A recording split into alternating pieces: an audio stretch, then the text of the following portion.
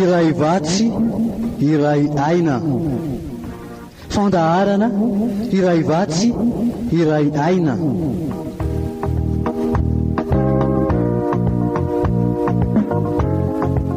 Iarahanao amin'ny mpanompon'Andriamanitra Herliva Razafy Manantsoa.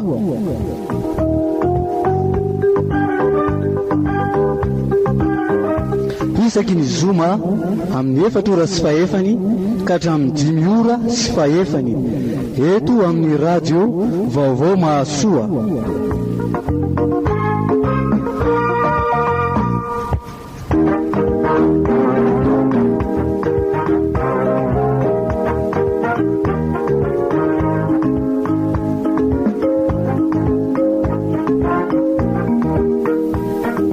Izany fekira efa mataratsika izany indray dia miaraka indray amin'ny Herliva Razafy Manantsoa ianao anatin'ilay fandarana iray vatsy iray aina dia afaly miaraba manaran'ny tompo manaraka trany ity onjabe ity indrindra manaraka izao fandarana iray vatsy iray aina izao ny fiadanan'ny tompo eo aminao sy amin'ny ankonanao dia iaraka iray tsika amin'ity androany ity hijery loha-hevitra mikasika any amin'ny tokantrano ihany atsaraiko ny fifandraisako amin'ny vadiko izay ny raha tsika mijery fa ndeha apetrakatsika ampelantanan'ny tompo aloha ny fotoanantsika rehetra ivavaksika.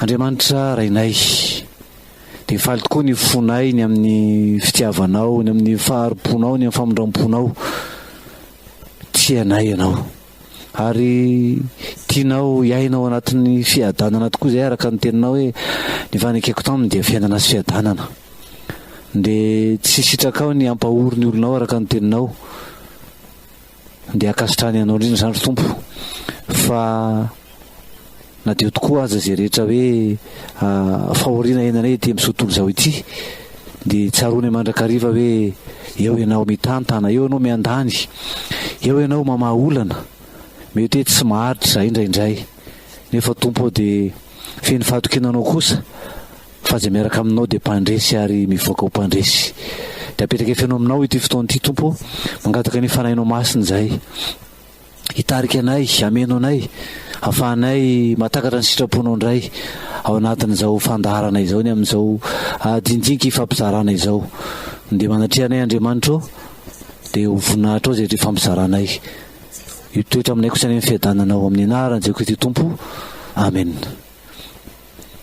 Ny loha-hevitra tokoa izay raha tsika mijery amin'ity androany ity zany dia mikasika ny amin'ny tokantrano ihany atsaraiko ny fifandraisako amin'ny vadiko. Ny olana mpifandraisana misy eo amin'ny mpivady dia olana tena atrehan'ny mpivady maro mba tsy tenena antsika hoe mahakasika ny rehetra ary tsy hoe eto Madagasikara ihany fa na aiza na tany aiza na tany aiza na firenena aiza na firenena aiza dia mipetraka mandrakariva izany olana eo amin'ny tokantrano izany indrindra ny olana mpifandraisana izany. Lakile iray everiko fa amahany olana mpivady ary inoko fa iraisan'ny maro ihany koa itisotra masina amin'ny Kolosiana 4:7 ity.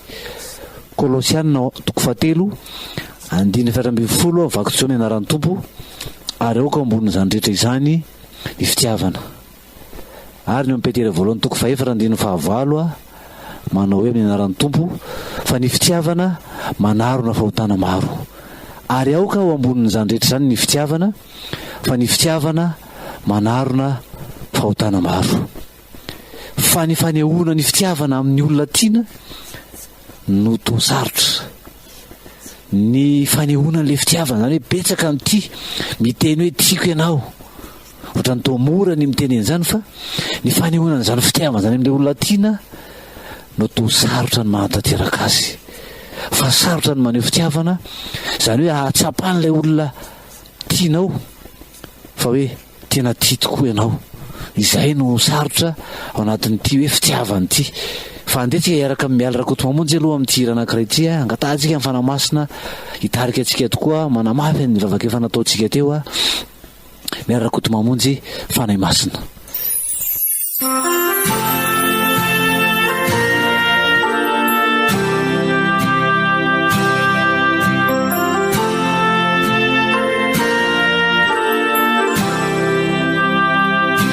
Fanahy masina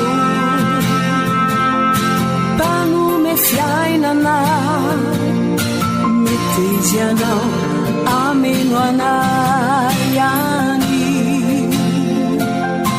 tarionao ny fo anay kiasanao, andray ny hery avy aminao,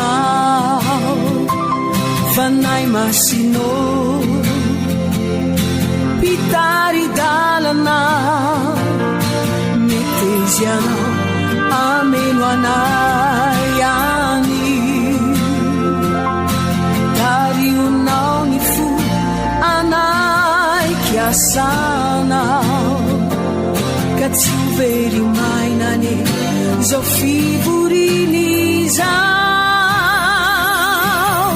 milanao ameno ny fonay, de tarionao ko ny fanay, azavao ny eritreritray, fanay masinao fenoy anao zahay, fanay masino tanome fiainana, mety izy anao ameno anay ihany, tarionao ny fo anay kiasanao, ka tsy ho very mainane zao fivoriny zao,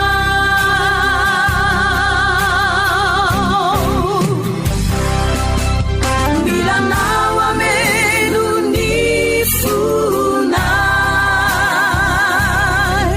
de tarionao ko ny fanay, azavao ny eritreritray, fanay masinao fenoy anao zahay, milanao ameno ny fonay, de tarionao ko ny fanay, azavao ny eritreritray, fanay masinao fenoy anao zahay.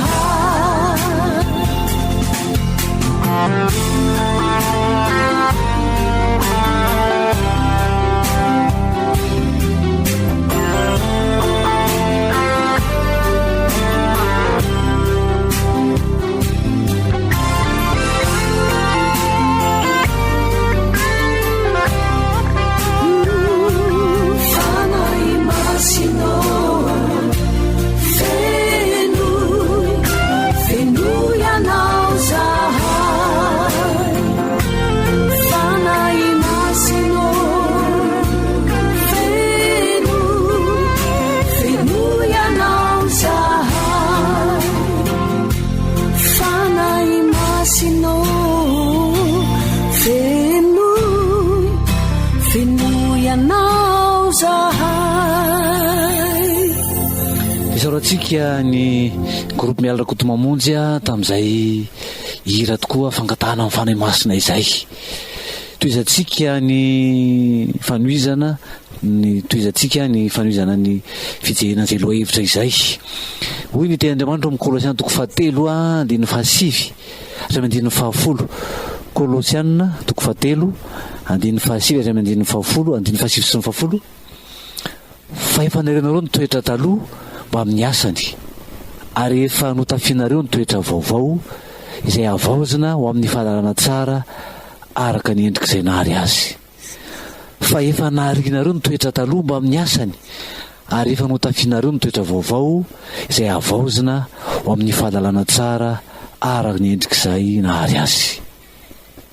Ny olona nino Jesu Kristy efa nateraka indray, efa lasa zanak'Andriamanitra, efa niala tamin'ny maizina amin'ny fahazavana mahagaga, efa niala tamin'ny fanjakan'ny Satana ao amin'ny fanjakan'Andriamanitra. Izany olona izany dia olom-baovao filazan'ny sotra masina azy. Olom-baovao, olona mitafy toetra vaovao.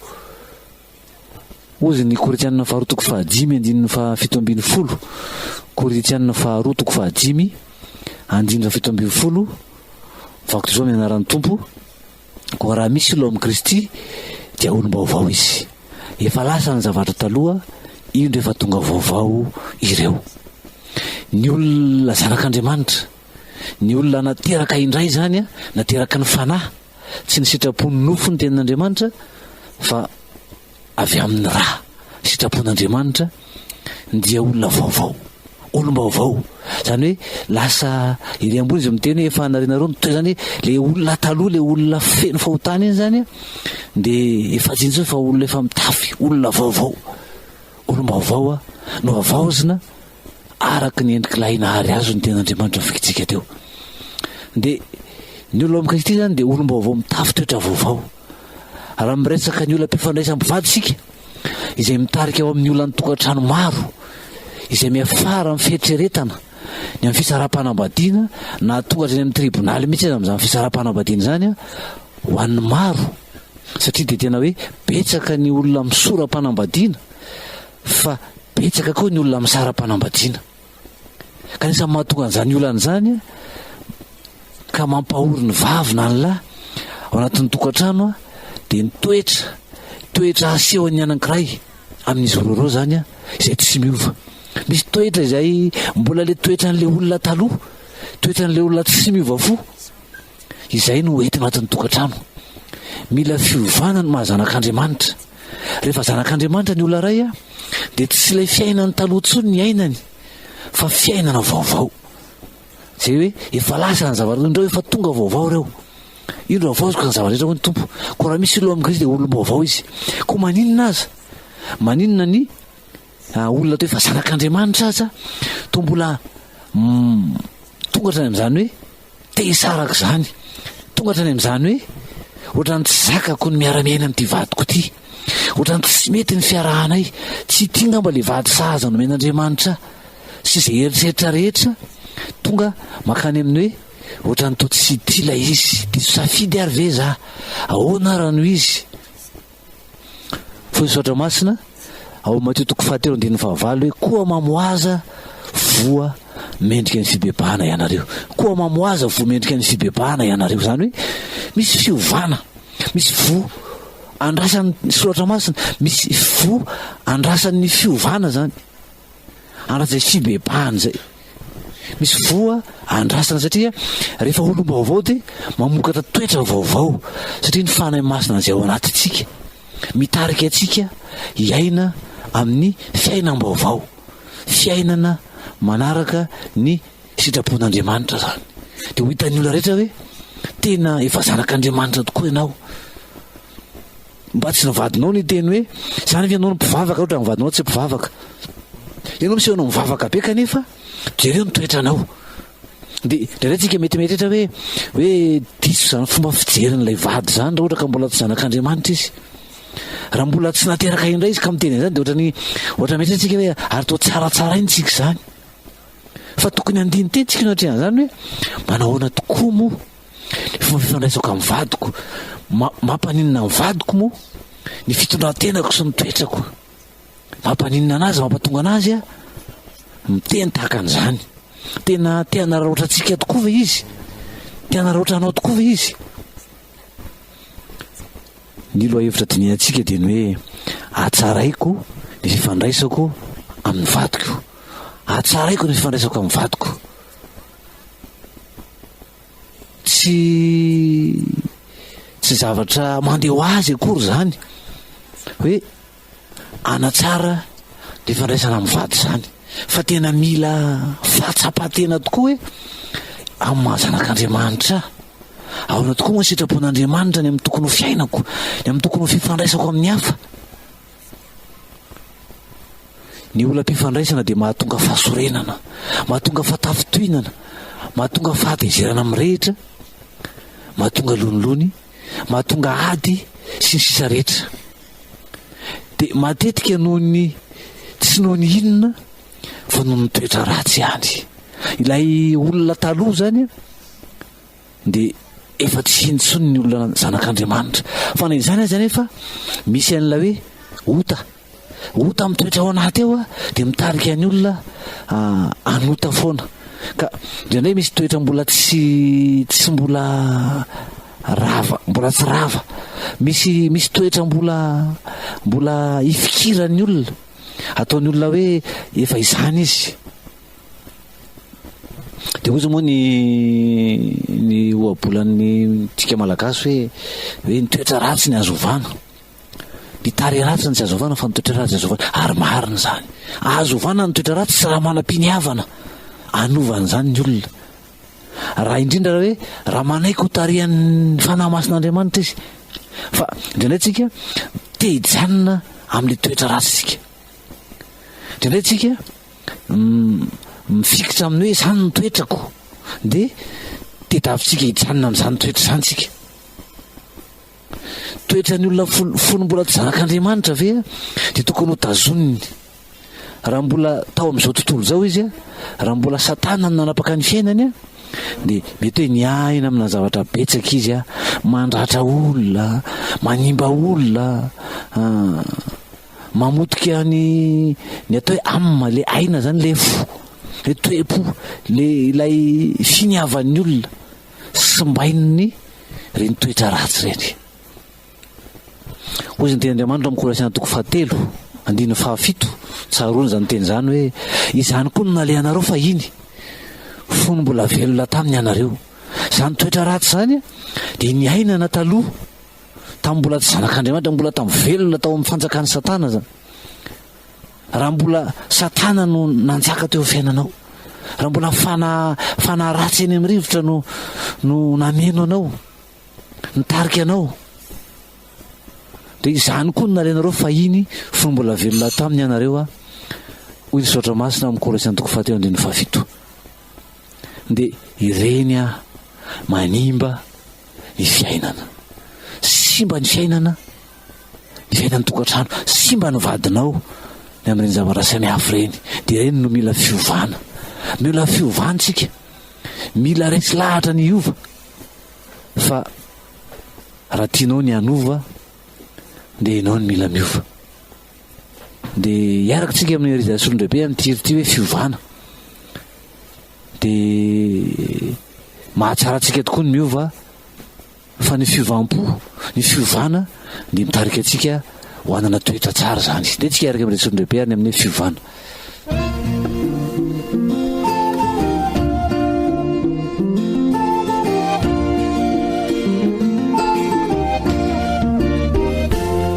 Milatsino intsony ny fony elany jalina, ela loatra ny anjara masoandre androny fifaliana. Fanantenana no mena andresena ny tsy finona, fa izy Andriamanitra manala mifababona. Nanonofia hoe nitranoko lasandrazabe, trano tsisy fiangarane, feno fahasambarane. Nanonofia hoe miaina ny hafaliny mpanome, fokovonna ve ianao iana zava-baovao, fa indrotazako ny fiovane. Mbola tao felatana manefa to tsy azo ialane foko, faingana ny omana aza miandry fagagana, fa tonga de mitsangana fa indrotazako ny fiovane.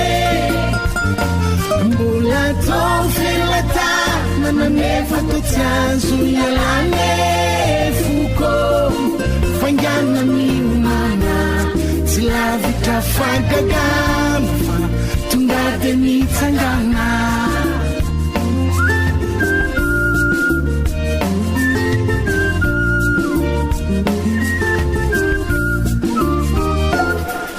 Nauzuna nambu puninu ninu na fa fangetsana efa vototra avy any an-danitra ny teny fikasana tsy tarakory Andriamanitra tompony fotoana fa izy Andriamanitra manala mifababona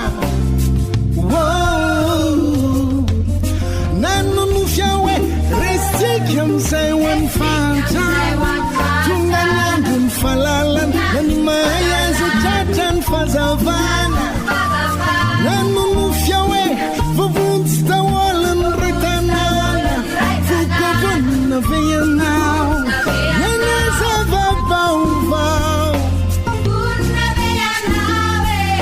fa indrotazako ny fiovane mbola tao felatanana nefako tsy azo ialane foko fagnana miomana aza miandry fakagana fa tonga de mitsangana fa indrotazako ny fiovane mbola tao felatanana nefako tsy azo ialane foko fagnana miomana tsy lavitra fagagana fa tonga de mitsangana mitsangana tonga de mitsangana mitsangana.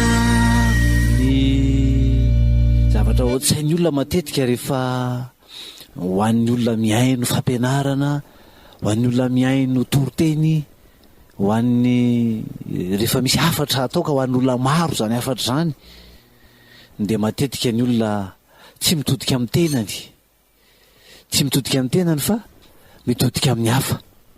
Zany hoe mieritreritra hoe raha mba hianina zao maheno an'izany, ho an'ny anina mihitsy zany teny zany. Fa maninona mora amin'izay afatra renin'ny olona amin'ny afatra zerenao a mba raisinao zay tandrifo anao. Inona moa ny tandrifo anah ao anatin'izany? Ka ianao miaino ankehitriny, ianao afaka miaino io no itenenan'ny tompo androany. Sao dia ilay vadinao tsy miaino indray no heverinao hoe ho azy mihitsy zany teny zany. Raha mba teo mantsy zao izy fa ianao miaino an'ity fandarana ity, ianao resy lahatra sy tapa-kevitra fanovan'ny toetranao. Raha ohatra ka tsapanao hoe tsy tsara tokoa ny fifandraisanao amin'ny vadinao, na tianao hatsarainy zany, na hitanao fa efa miapotika mihitsy zany, dia ianao mahita hoe noho ny amin'ny toetrany, noho ny amin'ny ataony no mahapotika ny tokantranonao. Dia ny afara tiany tompo ampitaina aminao andrano hoe ny jamba va mahadaridalana ny jamba, tsy enjerany akady va izy roa. Luka 4:7. Ny jamba va mahadaridalana ny jamba, tsy enjerany akady va izy roa. Fa ho anao izay mahiratra no tenenan'ny tompo, ianao no tian'ny tompo hitarika ny vadinao amin'ny lalana tena izy, hanana toetra vaovao. Dia tadidrio fa misy toetra izay tsy ampozina iainantsika zanak'Andriamanitra, mbola ataontsika zanak'Andriamanitra. Dia ireny manimba ilay olona, manimba ny vady. Iverintsika hoe izy no maditra amin'ny akabeazan'ny tranga zany ny zandresantsika zany, tsy manala izay mety ho ditra ny lehilahy zany na ny ditra ny vehivavy any ivelan'ny tokantrano, na ny amin'ny fihetsika ataony sy ny amin'ny fiteny atao anatin'ny tokantrano. Fa raha tsy misy anankiray resy lahatra afaka miova ao anatin'ny tokantrano fa hifanometsiny sy hifanilika, dia tsy ho tafavoaka izany tokantrano zany. Fa raha tsapanao fa ianao le mahiratra, ianao le afaka mitarika, dia mila miova fomba fijery ianao. Tsy hoe ho terena, tsy hoe ho tabatabaina, tsy hoe ho tenenina lava ny vady atonga anazy iova. Tsy izay fitarian'izay ny tompo hitondrananao androany, fa ny fanovanao ny fiainanao, ny fanovanao ny fomba fiteninao, fanovanao ny comportementanao, fanovanao fomba fitondran-tenanao anatin'ny tokantrano. Izay no hitarika ny vadinao. Iova. Anananao fifandraisana tsara ny vadinao. Te hanova ny vadinao ve ianao? Efa ela mihitsy ianao no te hanova. De ataonao zay fomba rehetra. Fa hitanao hoe tsisy fiovana izy. Vao maika miaratsy ary. De ndeha nova fomba fijery amin'ity androany ity. Hoe tsy terenao iova izy. Fa ianao no resy lahatra iova. Ianao no resy lahatra hanova. Zay rehetra tokony ho ahitsy. Aza mieritreritra hoe izy ingeno maditra e. Izy ingeno manao ny adalany e. De zany ve ny iova amin'inona? Fa raha mety haino anao, raha mety handray, azo torohevitra zao. De inoko fa ahita vokatra ianao ao anatin'izany. Ny jamba fa mahataridalana ny jamba. Tsy anjerany akady fa izy roroa. De izay no tarehananao hoe raha mahiretra anao, atao tantanao raha mivadinao any amin'ny lalana tsara. Sa rehefa vonjerintsika zany de ny hoe raiso ny andraikitrao ary. Raiso ny andraikitrao. Ny fandraisana andraikitra de tsy ny faniliana amin'ny hafa, ny fahadisoana. Tsy hoe izy no diso. Fandraisana andraikitra de tsy faniliana ny fahadisoana amin'ny hafa, fa fijerena kosa ny anjaranao teo amin'izay zavatra nitranga. Marina feonatrihan'ny zava-nisy, feonatrihan'ny zavatra nitranga. De mety misy tokoa ny fahadisoan'ny hafa, mety ny azy ny ngeza be ohatra ao anatin'izany. Fa tsy manala ny fahadisoanao zany. Tsy manala ny fahadisoanao zany. Fa matetika tsy hitatsika ny fahadisoantsika, fa ny hafa no hitatsika ny fahadisoany. Ary zany ny teny tompony hoe maninona ianao no manala ny sombikazo eo amin'ny mason'ny rahalahinao. Fa mihinana ny tsy hitanao, tsy halanao akory ny andro manoloana. Misy andro ngeza be anao tsy hitanao fa le sombikazo eny amin'ny mason'ny rahalahy hitatsika. Ary zany ny dintarenanao eto hoe marina fa manana andraikitra ny hafa eo anatrehany mety tsy mety, fa tsy manala ny andraikitrao zany. De le rasatsika voalohany zany hoe raiso ny andraikitrao. De hoe eo amin'izay parana responsabilité anao, eo amin'izay anjaranao, de raiso zay. Hoe teto ano diso. Ny anazy anazy iny, fa andeha ahitsiko te anaty. Fa tsy andeha hiazakazaka hiteny hoe ankajereo no nataonao ianao mihitsy ny zao. Tsy mety zany. Diko jerevantsika ny Genesis toko 7 hoe Genesis toko 7 miresaka ny amin'ny fahalavon'ny olombelona io. De ao anatin'ny tantara io asa mino fa hainao zany tantara zany, fa tiako seranaseo anatin'ity de hoe rehefa nahary an'izao rehetra Andriamanitra de tao anatina fahatsarana zany nahary ny zao tontolo zao zany.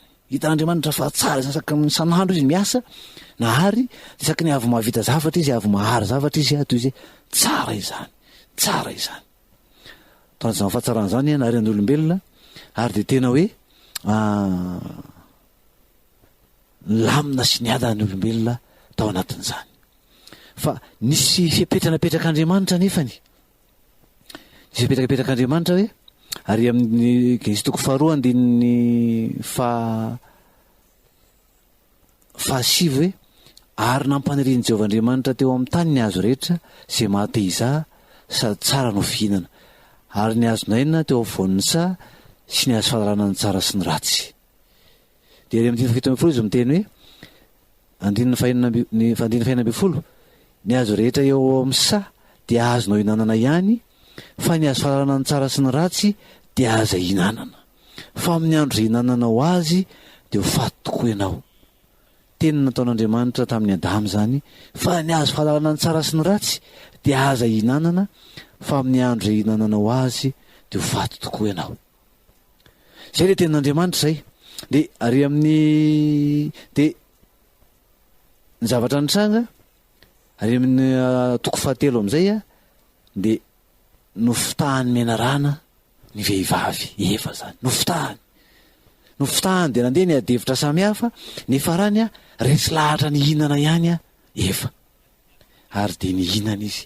Andininy fahenina amin'ny toko 7, Genesis toko 7 andininy fahenina, ary hitandra vehivavy fa tsara ho fihinana ny hazo sady mahafinaritra ny maso ary hazo mahatsiritra mampahindry dia nanotazany ny voany ka ny hinanany, ary nomeny koa ny vadiny ka dia nihinana. Ary rehefa tratra n'izay zavatra izy mivady dia nahiratra amin'ny masony. De ary amin'ny 15 dia hoy Andriamanitra hoe, ary Jehovah'Andriamanitra dia niantso andray lahy ka nanao taminy hoe, aiza moa ianao? Dia hoy izy, nandrehanao tao amin'ny saho dia natahotra aho satria mitanjaka ka dia nihery. Ary hoy izy, iza moa nanambara taminao fa mitanjaka ianao? Efa nihinananao va ny hazo izay nandrarako anao tsy hinananao? Dia hoy ralehilahy, ny vehivavy izay nomena ho anamako, izy nanome ahy ny voankazo ka dia nihinana. Ary hoy Jehovah'Andriamanitra tamin'ny vehivavy, inona izao ataonao izao? Dia hoy vehivavy, nimena rano no namitaka ka dia nihinana. Ireo andinin'ny farany ireo no isaina antsika amin'ilay fifaniliana zany. Rehefa nadin'Andriamanitra ny lehilahy hoe, efa nihinananao va ny hazo izay nandrarako anao? Tsy hinananao? Dia hoy lehilahy, ny vehivavy izay nomena ho namako, izy nanome ahy ny voankazo ka dia nihinana. Dia ohatrany hoe Andriamanitra indray ny diso nanome an'ilay vehivavy. Le vehivavy nomena ho namako ingeny nanome ahy dia nihinana. Marina fa nomena dama, fa ny fanapahan-kevitra ny andray dia any an-dama. Tsy niterena mihitsy izy akory ka hoe ny fatorany Eva dia nisokafany ny vavako a, nambana ny antsy dia nasesiny tao am-bavako dia nitsakoko, dia tsy maintsy nateloko. Fa safidiny le lehilahy no nihinana. Nomena izy fa izy no tompona raikitra tamin'ny fihinanana. Afaka nandatsy hinana izy, fa ny safidiny nihinana izy. Dia le fifaniliana zay zany, ny vehivavy izay nomena hoa nanana ny andraikiny zany adama, nihinana.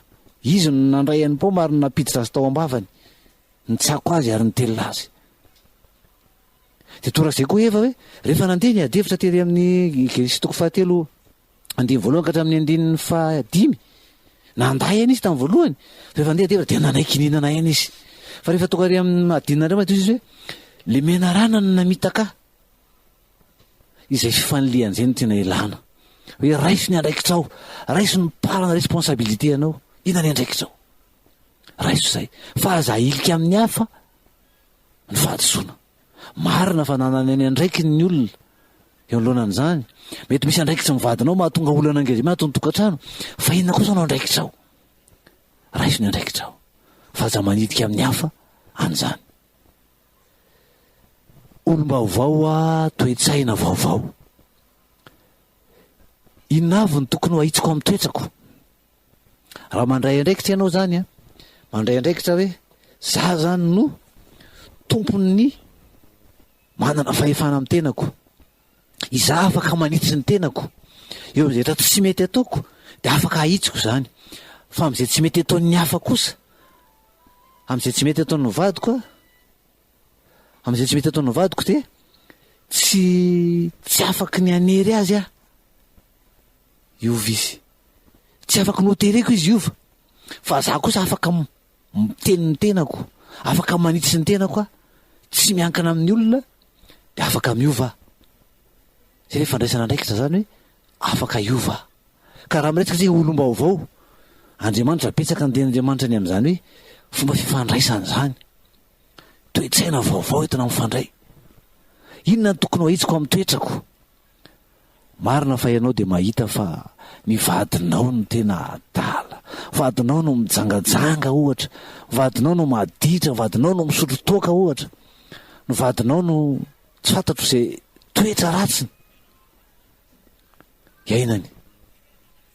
Fa zao tsy afaka manery azy iova ianao. Mety efa nanatra angamba ianao hoe ndeha ataoko zao dia amin'izay hoe tsy mananana tsony. Fa io ianao io vavolombelona afaka mijoro.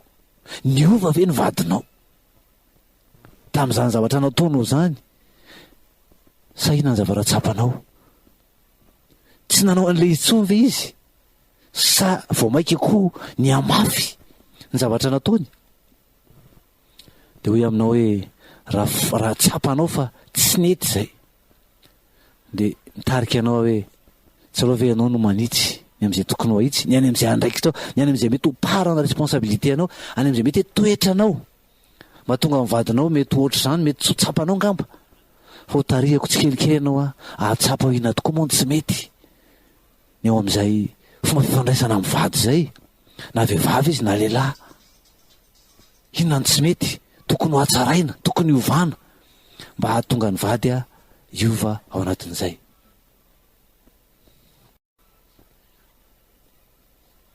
Ny tsy afaka hanery azy iova sika fa hitarika azy kosa, anampy azy anitsy ny diany zay zany le tena mi-influencer zany io tena noho ny toetranao tsara de manova azy zany toetranao zany. Tadio fa novadinao sy ny adalany no tarihanao iova mba hatafarina ny tokantranonao, ny vadinao sy ny adalany no tarihanao iova hatafarina ny tokantranonao mba tsy ho sanatria ianao sy ny tokantranonao no potika no ny tsy fetezanao iova. Sy fampotean'izay amin'ny lafiny zavatra maro na no mijanonao de miaritra ao zany am'izao fotsiny tsy manao ninina na manohy ny zavatra efa ataonao ihany ianao de vao maika izy manohy ny ataony ko na ianao manaikiova de mitarika azy iova ianao. Mety ho betsaka ny ezaka atao, mety amin'ny teny ianao efa be de be ny nataoko tsy fiovana de tsika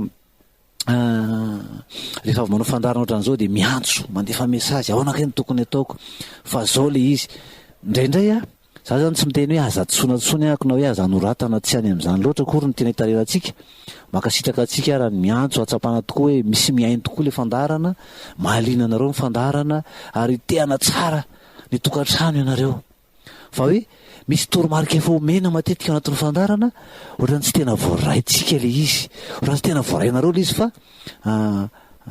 mitovitovy zany le toromarika zany reny raisina raha azonao atao mandray de raisinao ty de apetrao amin'ny tompony afahanao manaraka azy manatanteraka azy fa ndraindraytsika tsy hita le ezaka ataotsika zany ao anatin'le toro lalana omena fa te hitady zavatra hafa ndray tsika io zany tsy misy hoe tsisy ino tenarany tsy hoe miteniteny anakay ohatrao de ino ny anovan'le vadinao na hoe ianao vao manao zavatra anakireo zao de to de miova le vady tsy bagety mazika zany ty misy hazo kely de kitihana amin'ity ohatran'ireny amin'ny tantara conte de fée reny hoe atao am'izao fotsiny amin'ny bagety de iny fa miova ino le voatavy ngeza be fa lasa voatiry am'le tantara anankiray any amin'ny Cendrillon izy iny tsy ohatran'izany tsy hoe kitihana kely fotsiny de fa misy dingana misy dingana atao hitondra fiovana fa tsy hoe tsy hita le fiovana ao anatintsika de tsika miandry ny fiovan'ny vady miteny za zany manamarika hoe marina tokoa fa manana ny fahadalana izy tsy manamarina ny fahadalantsika na vavy izy na lany iny na mety ho adalany fa ny zay fahadalana zay no apitsika izy hiala am'izay de ny fifandraisantsika aminy miatsara no mahatonga azy tonga saina anatsara sy anantona kokoa antsika zany anantona anao zany hoe raha voatra ka hoe ratsy be ny fifandraisana ao aminy noho ny amin'ny toetranao sarotra hifandraisana de manjary tsy afaka anantona anao izy tsy azo anao izy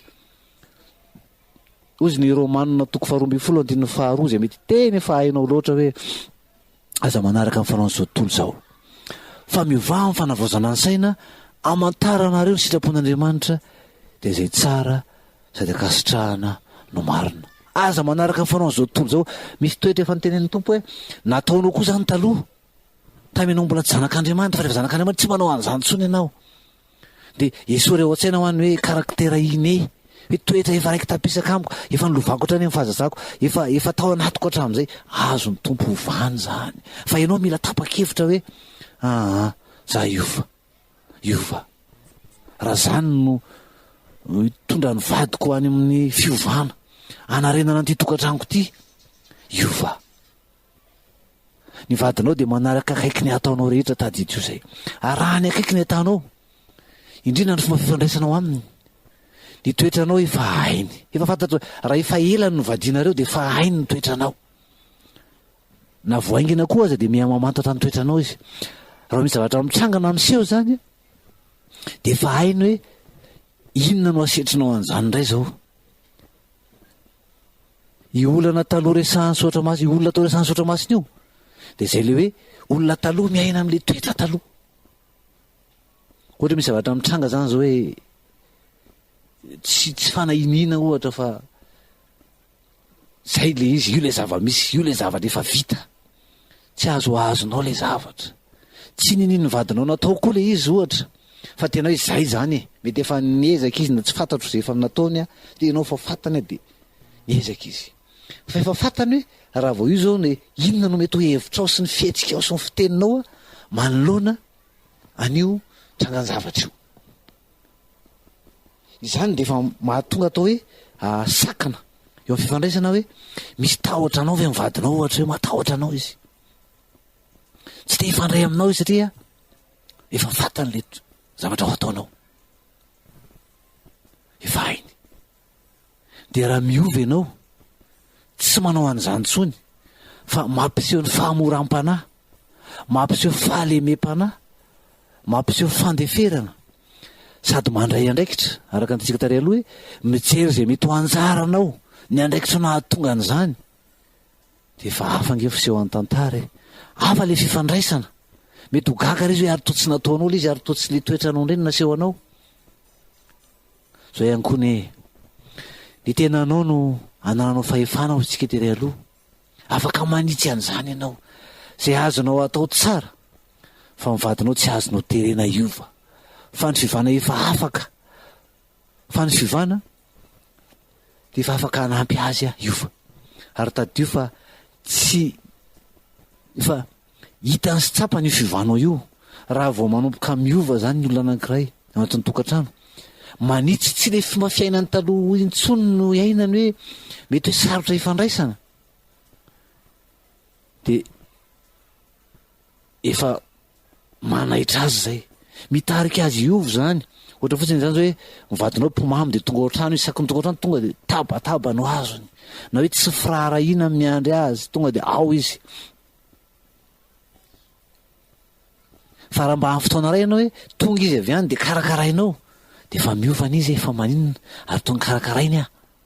Zany hoe le fihetsika ao zany a arahany maso ary dia tarika azy tsikelikely a amin'ny zavatra anankiray zany. Dia tsika naraka era anankiray arana amin'ity Antsafia avy ao Ambomamory a, fitandremana Ambomamory a, niova fo.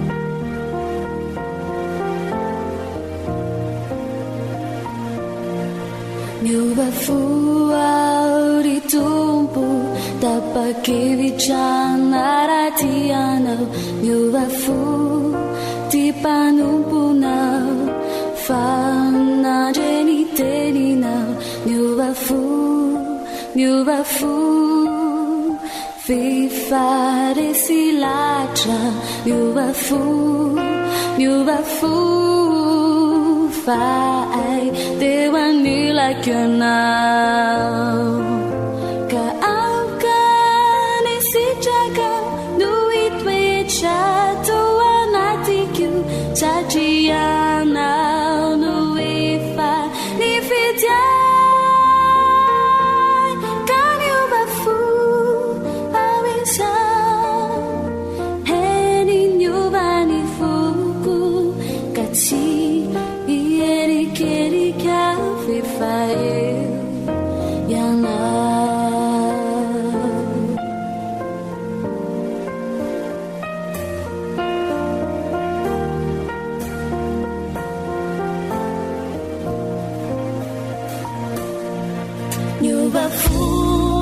Miova fo vehivavy silatra miova fo fa ai teo anilakianao ka aoka ny sitraka no itoetrato anatiko satrianao no efa mifitiay ka miova fo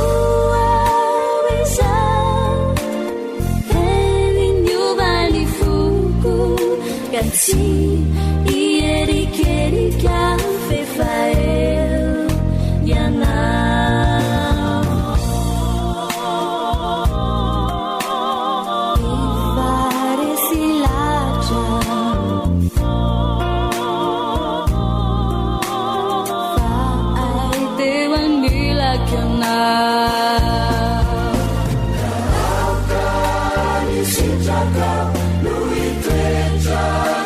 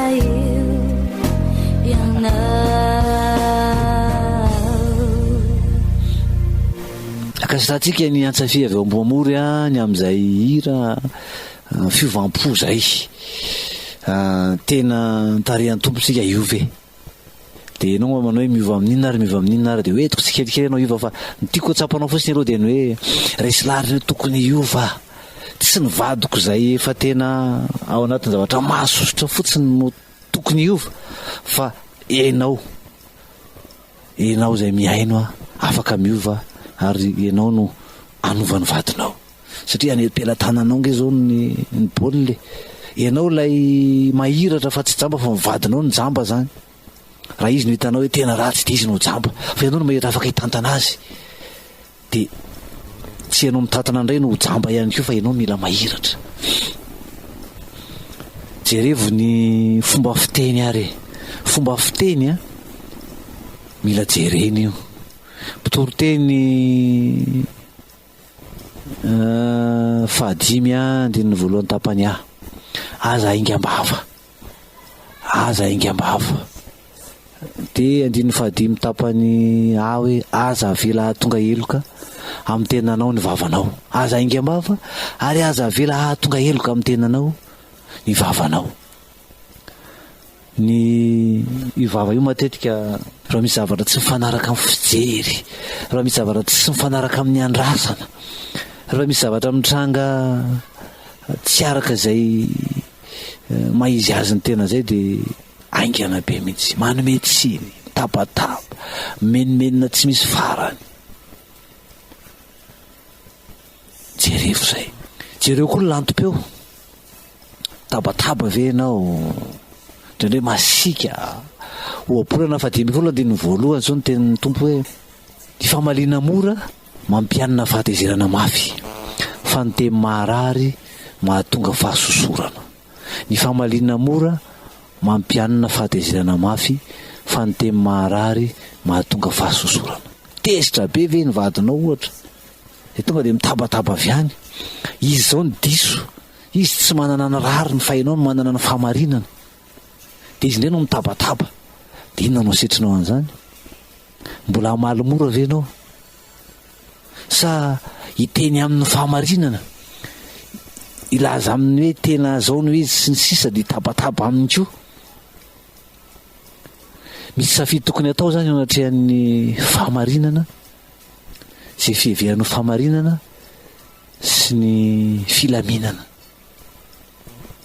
Raha ny fitabatabahanao ny amin'ny fahamarinana no tsy tonga filaminana, dinona ny safidy ataonao? Itabataba ny fahamarinana ve hiazona an'izay fahamarinana zay ny amin'ny tsy maintsy itenenana ny vady, sa ilamina ianao de misy ny filaminana? Mba tsy ho teny marary, tsy ho teny manindrona, tsy ho teny mandratra, tsy ho teny mamelively, fa ho teny mamisira, mampandroso ny vadinao. Aoka ho teny fampandrosoana zany ny teny zay ataontsika, mampandroso azy. Ka mampandroso azy ve? Mampandroso azy amin'ny toetra tsara ve? Ny teny marary, ny teny manindrona, ny teny mandratra, ny teny mamelively. Ao anatin'ny fahadisoana izy, de ny fitabatabahanao ny amin'ny fanambaranao zay fahamarinana zay ve? Fa ianao no manana ny rariny, fa ianao no manana ny fahamarinana no amelivelena azy sy fa na atao ary hoe miteny moramora no vadinao fa ianao ndray no miakatra, de inona ny vokatra zay? Mety efa niaina zavatra ohatr'izany ianao, de inona ny tsapanao? Rehefa tafavoakanao ve le fahamarinana ny iverinao sy nanananao, voateninao izy, voatabatabanao izy, de narary izy, de maratra izy, voavelively izy, de afa-po ianao. Fa inona ny tambon'izay? Inona ny valin'izay? Inona ny akon'izay any aminy? Mety ho azonao an-tsaina, fa manao ahoana ny vadinao rehefa zay no ataonao? Ny fahamaliana mora mampianina fahatezerana mafy. Koa zany Korintiana 5:24 hoe aoka ny fiteninareo ho amin'ny fahasoavana mandrakariva ho mamisira. Zay teny mivoaka amin'ny vavantsika zany, amin'ny mahazanak'Andriamanitra atsika, zay teny mivoaka amin'ny vavanao ho an'ny vadinao, de tokony ho amin'ny fahasoavanao zany fahasoavana zany. Fahasoavana, olona tsy mendrika ny mena fahasoavana, olona tsy mendrika no asoavana. Itsika le tsy mendrika no asoavan'Andriamanitra, fa fahasoavana na amin'izay izy tao anatin'ny fahotana no mivonjena. De aoka ny fitenitsika ao amin'ny fahasoavana, ao anatin'ny fahadisoana iny mihitsy ny vadinao, de aoka ao amin'ny fahasoavana mandrakariva, aoka ny teninao ho mamisira, aoka tsy ho mora tesitra. Raha ny zavatra rehetra mitranga toa tsy mety aminao avokoa, raha ny zavatra rehetra mitranga satria mivadinao efa mahasosotra anao, tsy hoserana ve no miara-miaina amin'ny olona ohatran'izany? Ahoana ny fomba iarahanao miaina amin'ny hafa? Hoe aminao ovay izay azo ovana, miovana fanavaozana ansaina no tenin'Andriamanitra. Raha no ny zavatra niainanao tao anatin'ny fahazazana no eto mahatonga anao manana toetra ohatran'izany, na efa toetra ny anaty zany, tsy maintsy ioaran'izany, satria zavatra efa lasa nge zany, tsy maintsy miatrika ny ankehitriny ianao, de ny fiainanao ankehitriny no atsaraina, tsy ho an'ny tokantranonao ihany no simba,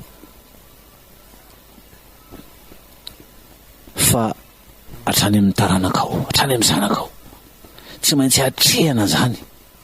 Raiso ny andraikitra ao, raiso ny andraikitra, ianao no tondra ny tokantranonao any amin'ny fahatsarana,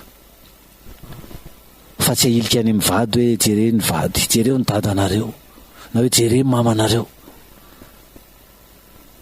Tsy ny ankizy indray no ampidirinao anatin'izany, fa raiso ny andraikitra ao, hatreo le olana ovay izay azo ovana. Ekeo ny vadinao amin'ny maizy azy, ekeo ny vadinao amin'ny maizy azy. Io le vady efa netsay matetika averika eto amin'ity fandarana ity hoe io ny vadinao, tsy niterena ianao na ny vozonana, na niterena koa azy ianao, io ny vadinao io. Ekeo amin'ny maizy azy izy, io izy io. Mety ho tsy fantatrao ngamba nitoetra ny sasany taloha, na hoe mety toetra ny lasa taty aoriana lasa zany izy, fa raha tsy nanao an'izany taloha fa ankizy lasa hafahafa, jereo sao de nono nataonao na tonga an'izany tsy manao hoe ianao daholo ny tompona andraikitra mety manana ny andraikiny izy fa inona ny andraikitra ao mety ho nahatonga zao amin'izany ary natao re tsisy andraikitra ao koa nahatonga an'izany afaka manovy ianao raha noho ny sitrapony fotsiny nefa za tsy mino tena misy olona noho ny sitrapony fotsiny de lasa izy nanao talàna fa misy zavatra antontokantrano ao matetika misy zavatra antontokantrano ao tsy zakany anankiray mety efa ifampitenana foana fa tsy mety miova misy ny anankiray de manimba zany zavatra zany fa ekeo no atinao na manizy na de ekeo izy fa ny ona fitiavana tena lehibe de ny fanekena ny olona maizy azy acceptation zany filana fototra amin'ny olona zany ekena zany zany hoe fahatsapatena voailika zany de tena ratsy raha ny olona anakay zany mahatsiaro tena hoe voailika zany hoe tena hoe rejeté de tena efa lasa lavitra zany ary manimby zany rehefa tsy ekena ny olona ray de fahatsapatena ho voailika zany no any anatiny any atao akilabao zany mahatsiaro atao akilabao rehefa misy ny olana sy ny tsy fakazahoana de mipotry io karazana faniliana io raha vao tsy voafe zay fa lasa manilika ny olona anankiray satria ny atezerina de mitondra ady ny atezerina de mitarika ady io ny ady miteraka fisarahana ra-petsepo lasa tafasaraka rehefa miady de mifo zay ny maratra tafasaraka zay ny olona anankiroa raha vao misy ady tsy voatery mifamaly vao misy ady fa rehefa mahery be ny teniny anankiray de maratra nyray de efa misy fisarahana zay zay le hoe mandratra ny aina marary ny aina ary raha vao voaray zay fahatsapanao voailika zay de sarotra indray ny mamerina azy elaela indray zay vao tafaverina de zao ny tokony ataontsika ho filamatra teny filamatra mihitsy hoe ty teny zay ho ambarako ty de tokony ho teny filamatra ny am'ty hoe fanekena ny olona maizy azy ty hoe elana mihitsy zay faniliany zay hoe ailika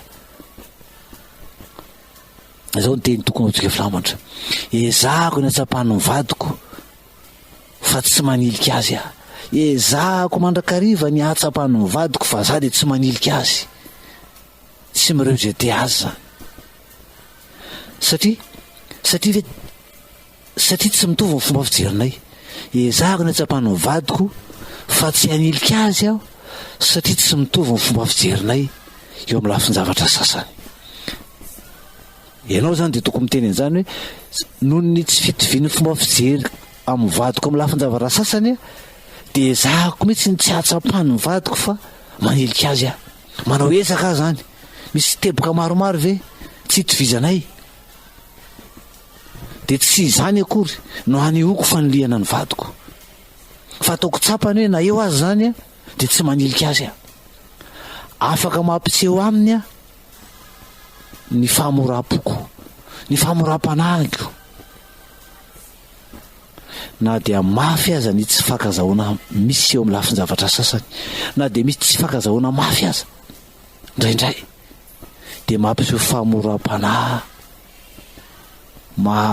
mampiseho fa mora foa manana fahamoram-panahy mora foa ka tsy zany reny anotsika azy any fietsika na fiteny maneho faniliana tsy anotsika azy tsy aneho fietsika amin'ny teny maneho faniliana fa homora fanahy mandefitra amin'ny zavatra rehetra avelako any no fomba nahazatra mitsikera mitsara manambany manao tsinotsinona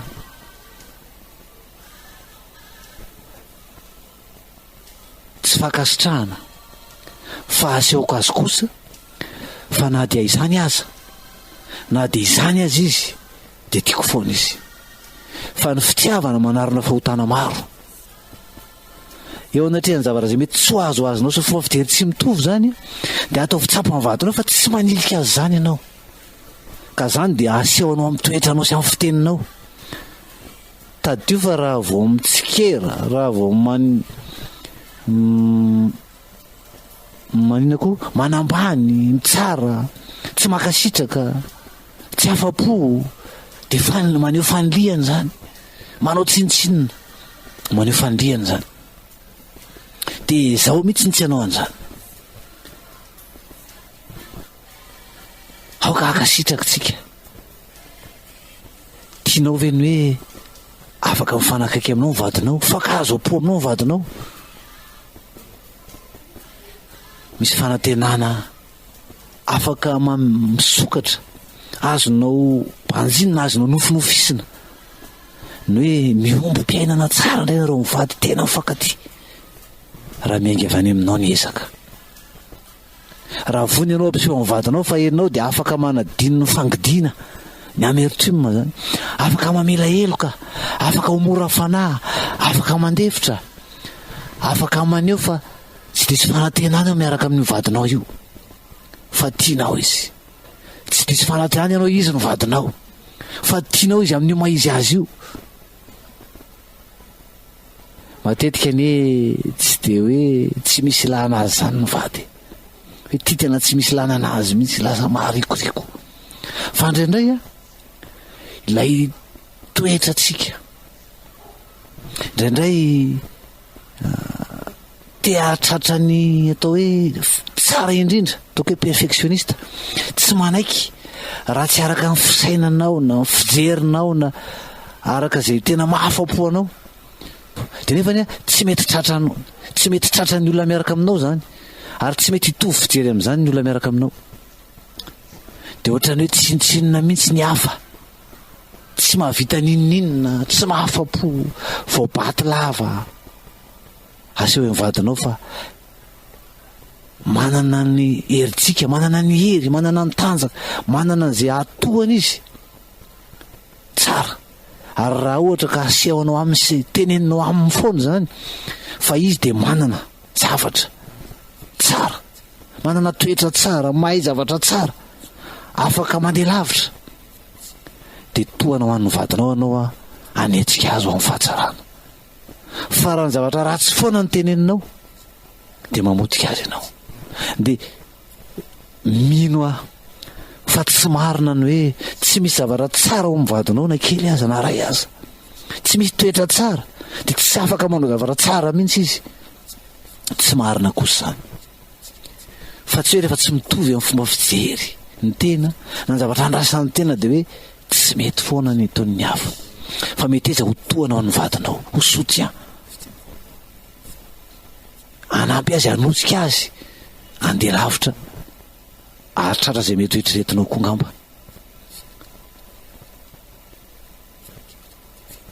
Ho hitanao fa hifanakaiky aminao ny vadinao, mba mifatoa amin'ny toetra tsara zany sy ny zavatra tsara vitany, ny amin'ny resaka qualité, manana qualité izy, de zay mba jere, zay ifatoana, de zay anosehana azy, zay tenenina azy. Jerevy ny zavatra men'Andriamanitra, ny famezam-pahazavana men'Andriamanitra azy, azo trandrahany zany, azo atosika izy ho amin'izany. Fa tsy hoe ratsy, ty vadiko ty tena ratsy, tsy zavatra tsara. Ny tsara indrindra de ny manoana azy, ny soutenir azy, afaka manampy azy ianao amin'izany. Misaotra ny tompontsika afaka niaraka atao anatin'izay fotoana zay, ivavaka tsika de faranatsika amin'ny fotoana, ho toizantsika amin'ny manaraka ity, satria mbola lavalavitsika amin'ity hoe loha hevitra ity hoe atsaraiko ny fomfandraisako amin'ny vadiko, fa de ivavaka isika. Andriamanitra misaotra ny amin'ny fahavitan'ny fotoana, ny amin'ny fahana niaraka ny fampizara teo to androany, inonay fa afaka miasa ao anatinay fanahanao, manitsy anay, manovanay ho amin'ny tsara, anarenana ny tokantrano, de ampio ny tsirairay avy. Andriamanitra ny am'izay ezaka tokony atao de ianao no afaka manovanay tsirairay avy fa ny teninao kosa tompo de hitoetra betsaka ao anatinay, ho anao ny voninahitra ho aminay kosa ny fitanana, misaotra betsaka tompo amin'ny anaran'i Jesu Kristy, amen.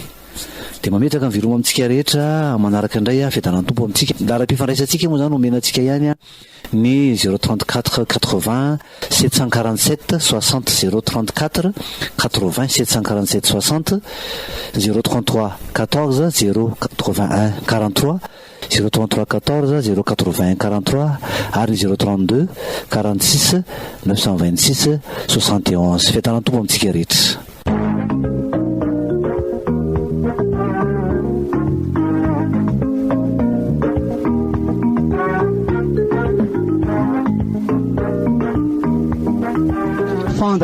fandaharana iray vatsy iray aina.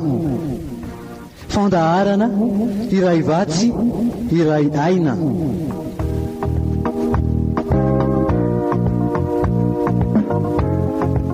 Iarahanao amin'ny mpanompon'Andriamanitra Herliva Razafy Manantsoa.